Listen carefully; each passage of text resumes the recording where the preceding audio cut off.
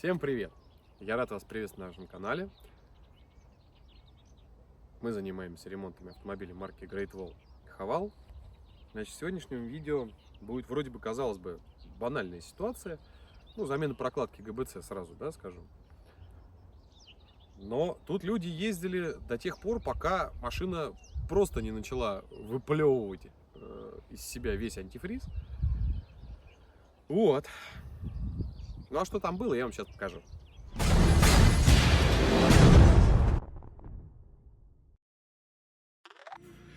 Вот такой вот автомобильчик к нам приехал. Значит, проблема следующая.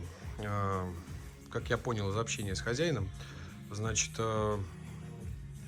люди приобрели данный автомобиль, ездят с гуманитарной помощью в зону СВО. И, в принципе, они когда ездили, у них уже мотор работал на повышенных температурах. Спасало только это вот стравливание воздуха вот здесь. И в последнюю поездку, когда они ехали обратно уже под Воронежем, где-то там, по-моему, под Воронежем, мотор ушел в перегрев, пошел пар из-под капота, остановились на обочине, и мотор после этого не запустился. Значит, я так думаю, что проблема здесь была в следующем, что мотор просто ушел в аварию, когда ушел в красную зону, и до тех пор, пока он не остыл, он не заводился. Ну ладно, бог бы с ним. Сейчас я просто продемонстрирую запуск. Вообще, в принципе, работа двигателя. С прокладкой здесь определенно беда. Но теперь нам еще надо понять вообще, в принципе, что с мотором сейчас. Повезло ли человеку или не очень. Вот поэтому сейчас будем запускаться. Тоже покажу. Значит, по пробегу здесь, как вы можете видеть, 118 тысяч. Единственное, что я еще не проверял, честный ли это пробег или не очень. Вот теперь запуск. Смотрите.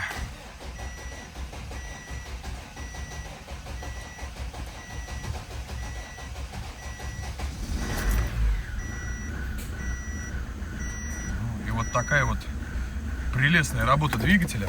Сейчас.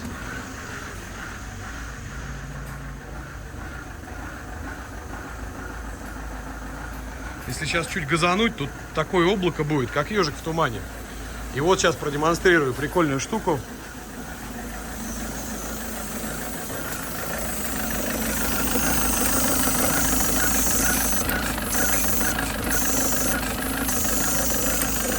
Здесь, скорее всего, форсунки уже неисправны. ЕГР еще щелкает. Тут, в общем, все работает абы как. Наша задача сейчас снять форсунки и залезть видеоэндоскопом в цилиндры, чтобы понять, насколько здесь все печально. Вот сейчас откручиваю пробочку и сразу капает, вот видите, антифриз. А здесь у нас уже эмульсия. На этих моторах это очень большая редкость, на самом деле, когда антифриз идет в масло. Это надо очень до Талова ездить в таком состоянии. Я, честно говоря, боюсь представить, что у нас там дальше в моторе будет. Вот. Собственно, вот такую прелесть мы и слили здесь с поддона. Даже боязно предполагать, что там дальше, если честно. Добрались до снятия клапанной крышки. Как прекрасно. Об тот болтик ГБЦшный замечательно сточило. Все в банановом йогурте. Но вроде еще более-менее. Такое ощущение, что лазили сюда не так давно, потому что подозрительно все чистое. Если так посмотреть, то все подозрительно чистое. Есть у меня подозрение, что мотор этот получал по башке в свое время. Либо прокладку уже меняли. И, скорее всего, поставили какую-то шляпу. Ну, ладно, бог бы с ним. Сейчас мы дальше разберем. Будет более-менее понятно. Так, постель я снял. В принципе, по состоянию здесь вполне себе ничего, риски. Хотя вот здесь вот достаточно сильная риска идет. То есть у нас это получается впускной вал. Теперь, с распредвалом вообще редко на этих машинах что-то бывает, потому что он чугунный. Вот. Но больше всего сейчас меня интересует, что вот здесь. О, прикольно. То есть это кто-то его либо его протачивали, что ли. Потому что на болте ничего нету. А тут такое ощущение, чем проточили. Или просто болт потом поменяли. Когда завести не смогли машину, болт, видимо, поменяли. Ой-ой-ой. Да, очень интересно. Ну ладно, разбираем дальше. Тут осталось чуть-чуть. А, вот, сразу. Давайте заглянем, что у нас по гидрокомпенсаторам. Тут уже упавший, что ли? Он тут, ну, по гидрикам более или менее еще, скажем так. Но я говорю, это видно и по коромыслу. Да, по коромыслу видно, что он работает недолго. То есть меняли его не так давно. Может быть, его и не трогать тогда. Я вот посадочный под гидрик смотрю. Ой, сейчас достанем. А нет, нормально. Вот. Ладно, разбираем дальше. Осталось немножко снять голову, и все будет более-менее понятно. Вот это номер. Я видел в продаже вот это вот паранитовое говно, но на моторе я еще ни у кого пока не встречал. Как вы можете видеть, да, во-первых, она не прилипла. То есть вот этот слой должен быть с клеем, как минимум. Хотя они оба должны быть с клеем. Теперь вот здесь вот это все вымыло. И, естественно, у него все пошло в масло. Замечательная прокладка. Просто слов нету, блин. Так, теперь что мы видим здесь уже более детально. Да, есть риски. Ну, мы их и на эндоскопии видели. В принципе. Так-то в целом по состоянию хона здесь все очень достойно. Сейчас я его выставлю. Не получается. Вот. И перекладки-то вот, ну, нету. Ну вот, это вот нормальный, естественный тепловой зазор. Но это ж надо было вот такое, извините меня, говно поставить, да? Вот это вот должен быть герметик. Но вот это просто сделано краской. Даже если вот я сейчас увеличу, попробую. Не знаю, не очень хорошо это видно. Вот, вы можете видеть, это просто краска. Это не герметик, он не ощущается, он должен быть выпуклый. А здесь этого нету. То есть я так понимаю, что машину отремонтировали на скорую руку из-под ножного корма, скажем так, и продали. Ну, естественно, как вот. Здесь вот должен стоять металлопакет. Трехслойная такая прокладка, латунного цвета. Средний слой у нас там прогерметизирован. Естественно, здесь канавки, не канавки, а дорожки с герметиком. Все. А это вот, я даже не знаю, кто это. Вообще чудеса, блин. Даже вот сейчас смотрим, здесь по контуру, окольцовка. То есть она давила под всю, его промыла вот здесь вот водяной канал.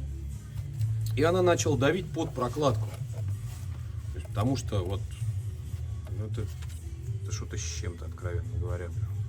Я говорю, я видел их в продаже, эти прокладки, но встречаться с ними воочию не приходилось. Для людей на будущее никогда не покупайте вот такие прокладки. Нету на этот мотор паранитовой прокладки. Просто в принципе нету. Здесь идет металлопакет. И только так. Сейчас вот снимаем вакуумный насос, и тут заметили. Ухо-то, причем так добротно, насрали герметиком специально на это место, чтобы не потекло. Здорово, бля. Тут сейчас, пока разбирался в головку, смотрю, не могу понять, а что за ерунда? А что за ерунда? У нас все хорошо. У нас уже последний раз, когда ее фрезеровали, уже вместе с седлом резать начали. Вот просто как это должно быть. Да? То есть здесь еще седло есть. А здесь уже у нас. Половину седла срезали. Ведь башка это уже непригодна к установке, потому что очень много срезано. Мы сейчас выступание клапана замеряем. Если здесь у нас 1,3 мм, здесь 1 мм выступает клапан. А уже все. Нам дальше фрезеровать здесь ее тупо некуда. Потому что клапан начнет выступать еще больше. И седлом мы уже это не высадим никак. Потому что здесь и, естественно, клапан будет ближе к поршню. Куда это? Как? Все, башка на выброс. Ну, в общем-то, здесь уже все собрано. Уже все прокачано. Из проблем было следующее, значит. Термостат приказал долго жить. Термостат стоял лузаровский. Вообще никому не рекомендую эту фирму. Через одно говнище. Но да не суть. Значит, прокачали тоже с горем пополам. Тут, я говорю, из-за Webasto. Это вот вечно приключение с прокачкой. Тем более она у него еще и не работает. Что-то там у него по обрыву цепи датчика температуры. В общем, не работает. Сейчас продемонстрируем запуск и как это все дело работает.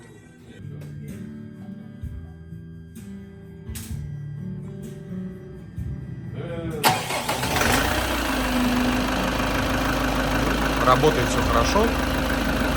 Придраться, в общем-то, не к чему. Ну и подытожим. По итогу, я не знаю, откуда взялась эта замечательная прокладка. Я про них слышал, но в руках не доводилось мне держать. Этот кусок говна, иначе я его просто не могу назвать, поставили на мотор. Кто это ставил, мне вообще непонятно. Потому что у тебя глаз чего нету, ты не видишь, что это фуфел галимый. Я не знаю, кто обслуживал этот автомобиль, потому что видно, что он вот-вот, ну, прям вот перед самой продажей, грубо говоря, был сделан. И так похабно это сделать, ну, я не знаю. У меня нет слов. В принципе, то, что закипал, ну, понятно. Эмульсия тоже понятно, потому что прокладка просто, она из картона сделана, она напиталась антифризом и все. Вот. Больше мне здесь как бы добавить нечего. Подписываемся на канал, ставим лайки, пишем комментарии. Всем отвечу. Всем всего хорошего, пока-пока.